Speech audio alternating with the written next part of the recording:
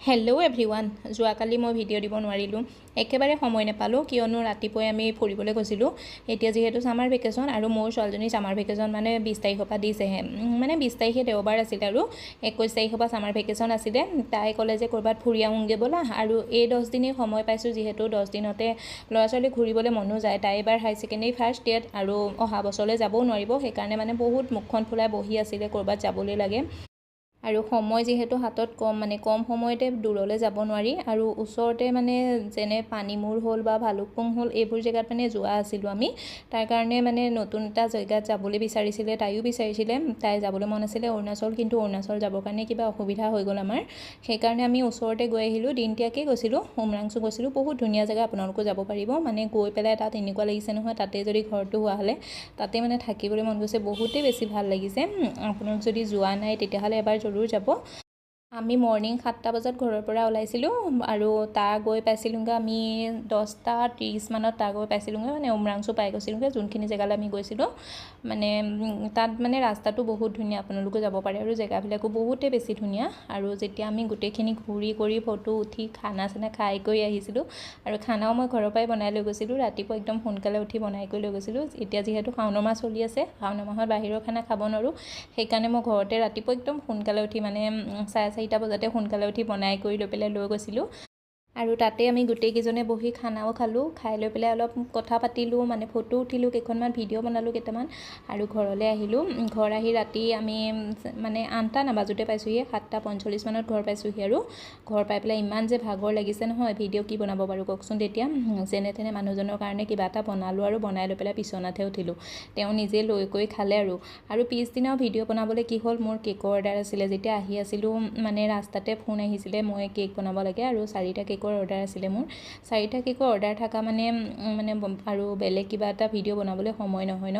আজি মই এইটো 2 টায়াৰ কেক বনাইছোঁ। 2 টায়াৰ কেকটো কেনেকৈ একদম মই ঘৰত সহজতে বনাইছোঁ, তাৰেই আপোনালোকক ৰেচিপিটো দিব বিচাৰিছোঁ। যদি আপোনালোকে কেক বনাব বিচাৰে তেতিয়াহ'লে ভিডিঅ'টো চাই আপোনালোকৰ সহায় হ'ব বুলি ভাবিলোঁ। আৰু এই 2 টায়াৰ কেকটো মই 1 ঘণ্টা ৰেডি কৰি দিছোঁ, আৰু 1 কেজিৰ হয়। 1 কেজিত মই 2 টায়াৰ মানে কেক বনাই দিছোঁ। কালি ৰাতিয়ে ছোৱালীজনী আহি পেলাই কৈছে বনাই দিব লাগে বুলি, মানে বনাবলৈ যদিও মন নাছিলে, কিন্তু উপায় নাই, বনাবলগীয়া হৈ গ'ল।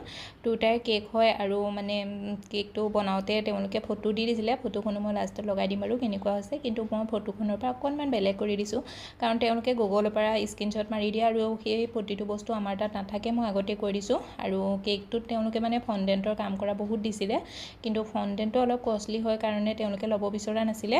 প্ৰথমতে মই কেকটো আইচিং কৰি ল'লোঁ ধুনীয়াকৈ।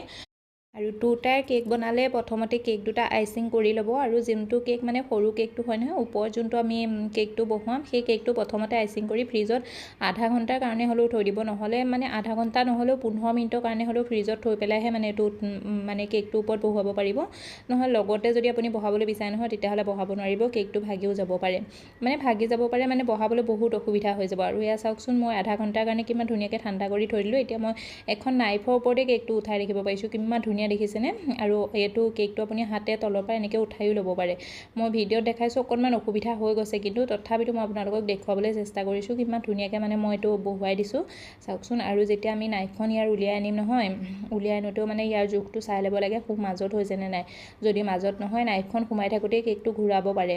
দেখিছেনে, মোৰ মাজত হোৱা নাছিলে, মই ঘূৰাই পেলাই মাজত বহুৱাই দিছোঁ। এনেকৈ মানে একদম সহজ হয়, কিন্তু মানে কেকটো পূৰা ঠাণ্ডা হ'ব লাগিব। আৰু এতিয়া যিহেতু গৰম, মানে বহুত বেছি গৰম, এনেকুৱা গৰমত যদি আপোনালোকে গৰমে গৰমে এনেকৈ কেকটো বহাব বিচাৰে নহয়, কেতিয়াও বহাব নোৱাৰিব। সেইকাৰণে পৰাপক্ষত ঠাণ্ডা কৰি ল'ব, একদম পূৰা যিমান পাৰে সিমান ঠাণ্ডা কৰি ল'ব। আৰু ইয়াত মোৰ কেকটো ৰেডি হৈ গ'ল। কেকৰ ডেক'ৰেশ্যনটো মই আপোনালোকক দেখুওৱা নাই, যদি লাগে মোক জনাব, মই পিছত দেখাই দিম বাৰু। কিন্তু এইটোত ডেক'ৰেশ্যন কৰিবৰ কাৰণে মই বেছিভাগ ইয়াত মানে টপাৰী ইউজ কৰিছোঁ, কাৰণ এই চববোৰ ফণ্ডেণ্টৰ আছিলে, তেওঁলোকে ফণ্ডেণ্ট মানে বিচৰা নাছিলে।